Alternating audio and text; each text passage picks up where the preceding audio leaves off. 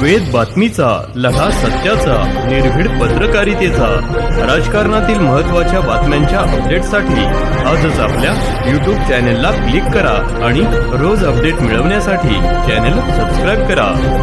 नमस्कार, आपण पाहत आहात वेद बातमीचा. घोडेगावात थरारक गोळीबार, उपचारासाठी नेले असतानाही रुग्णालयात घुसून हत्या. नेवासा तालुक्यातील घोडेगाव येथे भर दिवसा झालेल्या गोळीबारात नितीन शिरसाठ यांचा मृत्यू झाल्याची धक्कादायक घटना गुरुवारी सायंकाळी घडली. या घटनेमुळे परिसरात भीतीचे वातावरण निर्माण झाले असून पोलिसांनी तपासाची चक्र वेगाने फिरवली आहेत.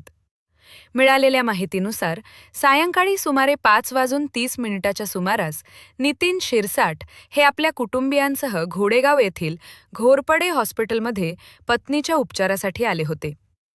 तेथे थांबले असताना अचानक 4 अज्ञात व्यक्तींनी गावठी कट्ट्याच्या साहाय्याने त्यांच्यावर बेछूट गोळीबार केला. या हल्ल्यात शिरसाठ गंभीर जखमी झाले. हॉस्पिटल परिसरात अचानक झालेल्या गोळीबारामुळे नागरिकांमध्ये एकच गोंधळ उडाला. जखमी अवस्थेत असलेल्या शिरसाठ यांना तातडीने पुढील उपचारासाठी अहिल्यानगर येथील एका खासगी रुग्णालयात हलवण्यात आले. मात्र धक्कादायक बाब म्हणजे तेथेही आरोपींनी पाठलाग करत पुन्हा गोळीबार केल्याची माहिती समोर आली आहे. या दुसऱ्या हल्ल्यात शिरसाठ यांचा जागीच मृत्यू झाल्याचे सांगण्यात येत आहे. उपचारासाठी नेलेल्या व्यक्तीवर रुग्णालयात घुसून गोळीबार झाल्याने कायदा सुव्यवस्थेचा प्रश्न उपस्थित झालाय. घटनेची माहिती मिळताच स्थानिक गुन्हे शाखेचे पथक तातडीने घटनास्थळी दाखल झाले. सहाय्यक पोलीस निरीक्षक Bhoye, head constable Bandu Bhagwat, police Naik Balu Nagargoje, police constable Balasaheb Khedkar, चालक उत्तरेश्वर मोराळेळणे व इतर कर्मचाऱ्यांनी परिसराची पाहणी केली.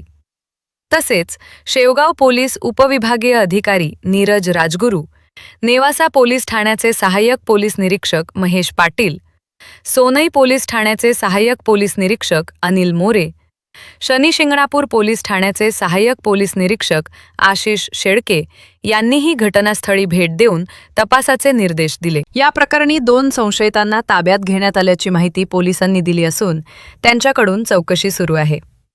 हल्ल्यामागील नेमके कारण अद्याप स्पष्ट झाले नसले तरी पूर्ववैमनस्य किंवा वैयक्तिक वादातून हा प्रकार घडल्याचा प्राथमिक अंदाज वर्तविला जात आहे. रात्री उशिरापर्यंत गुन्हा दाखल करण्याचे काम सुरू होते. पोलिसांकडून सीसीटीव्ही फुटेजची तपासणी, प्रत्यक्षदर्शींची चौकशी तसेच आरोपींचा शोध घेण्यासाठी विशेष पथके रवाना करण्यात आली आहेत. भर दिवसा रुग्णालय परिसरात घडलेल्या या थरारक घटनेमुळे घोडेगावसह संपूर्ण नेवासा तालुक्यात खळबळ उडाली असून नागरिकांनी कायदा सुव्यवस्था मजबूत करण्याची मागणी केली आहे. पोलिसांकडून लवकरच आरोपींना अटक करून घटनेमागील कारण स्पष्ट करण्यात येईल अशी अपेक्षा व्यक्त केली जात आहे.